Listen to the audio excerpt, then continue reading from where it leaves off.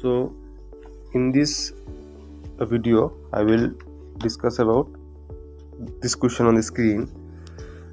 So it says intravesicular therapy for non-muscle invasive bladder carcinoma includes which of the following. So it is a multiple choice type. First option is your BCG, second one is your interferon, third option is your mitomycin C, fourth option is your actinomycin D, fifth option is your thiotepa.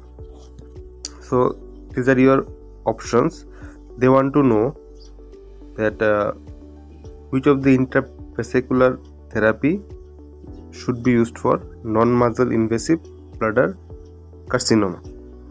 So we will discuss about the intravesical therapy for bladder cancer, right?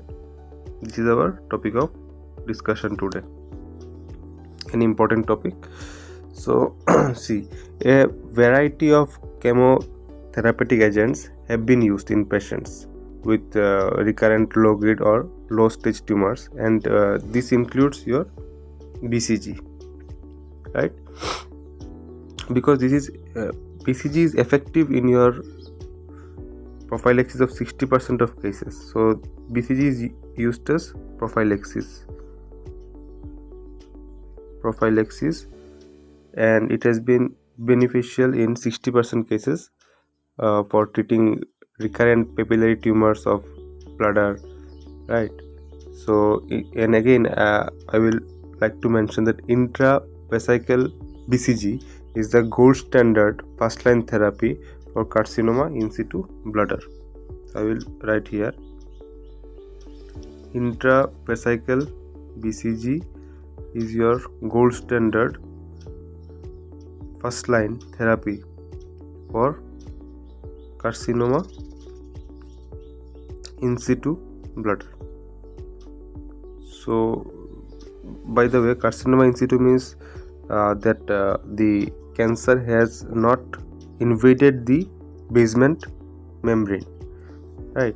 So this is the the preliminary stage of cancer, right, where the tumor cells have not invaded the basement membrane. So till that stage we can use intravesical BCG. So this is one of your option, right?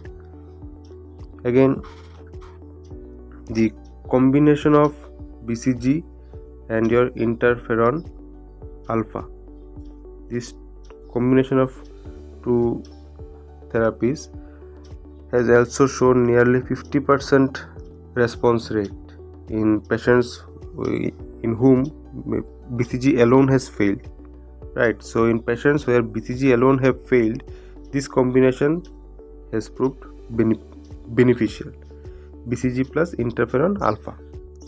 So you got another option here, right? Again, those patients with high grade disease or recurrent tumors, right, in that case, in those patients we can use mitomycin C as well.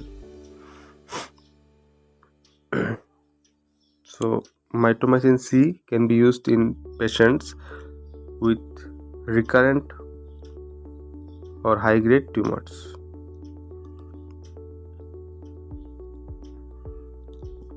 Correct. Okay, then so let me look at the options.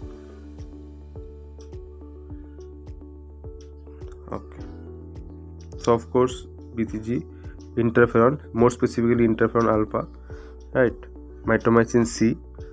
So all these are used, right? Now option remains as your actinomycin D and thiotepa. So I will like to say that actinomycin D is also used, right? So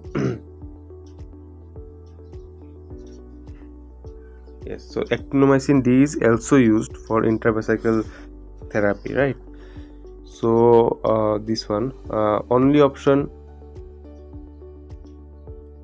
okay, only option left is thiotepa, and also you will be surprised to know that thiotepa is also used.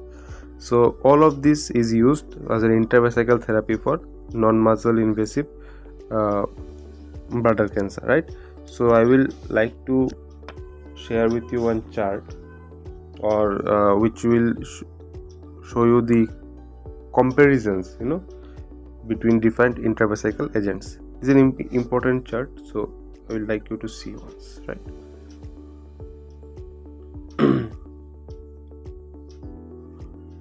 So I will write here the agents, right? And then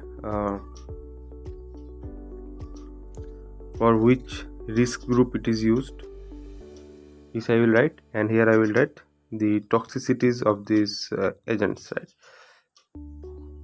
So you will get questions from this chart, that high chances, right? So first drug is your doxorubicin. So it is for low to intermediate risk group, and here your toxicities are fever, allergy, right, contracted bladder, like this, right? Doxorubicin. So this is your one intravesicular agent. Then another is your epirubicin, right? So this is again used in same low to intermediate cases, and here there are rare toxicities of contracted bladder, right? Then another is your thiotepa, that I just mentioned, that this is used as an intravesicular agent.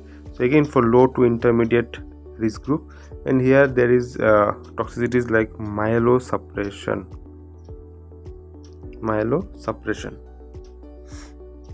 Then your next intravesicular agent is mitomycin.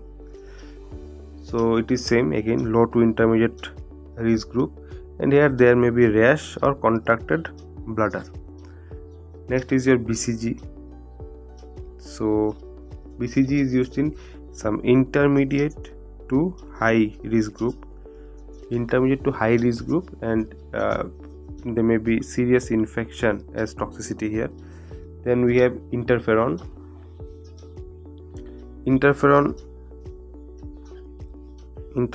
right? It is used in the patients who are resistant to BCG, right? So you can say as in salvage risk groups it is used, right? And here flu-like symptoms are the toxicity. So this chart, describes all the important intravesicular agents with their toxicities and the risk groups, right? So this is your intravesicular chart, intravesicular agent chart, right? Doxorubicin, epirubicin, thiotepa, mitomycin C, BCG, interferon. So yes, we saw all this has been used as intravesicular therapy for non-invasive bladder cancer: BCG, interferon alpha, mitomycin C, actinomycin D, and thiotepa. So as I discussed, that in BCG can be used as a prophylaxis of papillary bladder cancer, and 60% cases have shown good results, right? Again I mentioned intravesical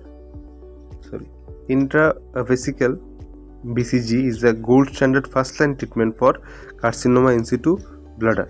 And about carcinoma in situ, I told that the tumors that have not invaded your basement membrane, when the tumor cells did not invade the basement membrane, it is said to be carcinoma in situ, right? Now again, in cases resistant to only BCG, we can give BCG plus interferon alpha, and 50% of cases have shown good response. Mitomycin C can be used in recurrent or high grade tumors, and here I mentioned the agents with risk group and toxicity. So hope this topic is clear for you, right?